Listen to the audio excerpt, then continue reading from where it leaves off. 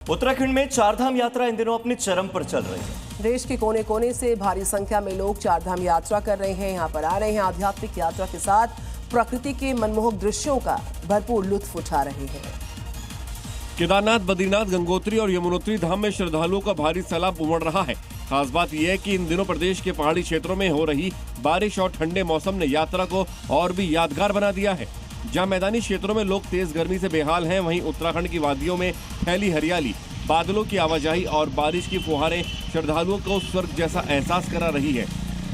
तो गर्मी के मौसम में लोग ठंडी जगहों का रुख लगातार कर रहे हैं। और ऐसी कुछ तस्वीरें सामने आई हैं मणिपुर के इम्फाल से, क्योंकि यहाँ के लोकटक झील पर पर्यटकों की भारी भीड़ बता रही है कि लोगों को यहाँ का मौसम बहुत रास आ रहा है। इम्फाल की लोकटक झील इस वक्त पर्यटकों के आकर्षण का केंद्र है।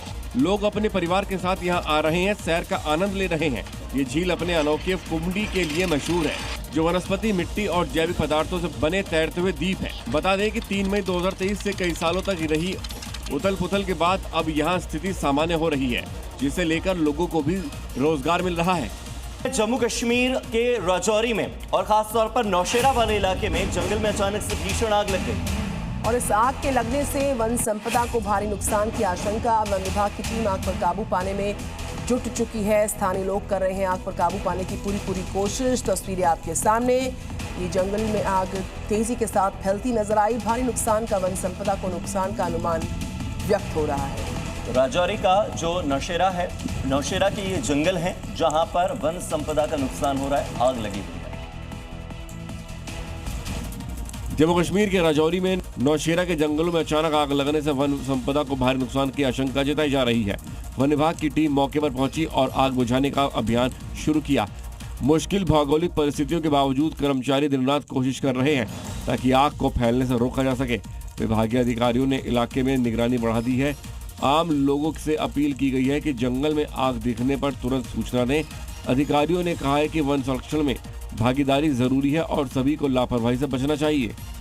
चीन में भारी बारिश के बाद बाढ़ ने तबाही मचा रखी है। बहुत से ऐसे इलाके हैं जहां पर हालात कुछ इस कदर खराब हैं कि सड़कें नदियों में तब्दील हो चुकी हैं। सैकड़ों गाड़ियां पानी में डूबी हुई नजर आ रही हैं और जो वीडियो सोशल मीडिया पर वायरल हो रहे हैं वो बाढ़ की भयावह तस्वीरों को बयां करते हैं।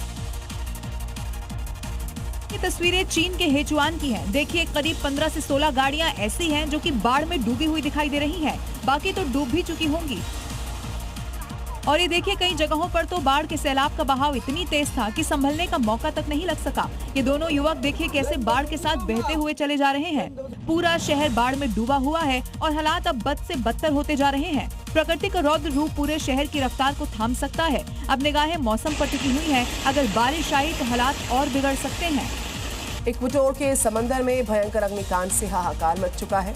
फिशिंग पोर्ट पर खड़ी कई सारी बोट्स देखते देखते आग के गोले में तब्दील हुई और इस पूरे हादसे में 20 से ज्यादा नाव को नुकसान पहुंचा। हादसे में 2 लोगों के जख्मी होने की खबर है।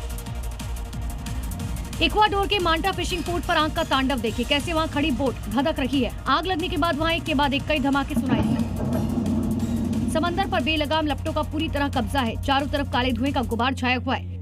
लोग जान बचाने के लिए वहां से सुरक्षित जगह भागने लगे। फायर ब्रिगेड ने कई घंटों तक राहत और बचाव अभियान चलाया।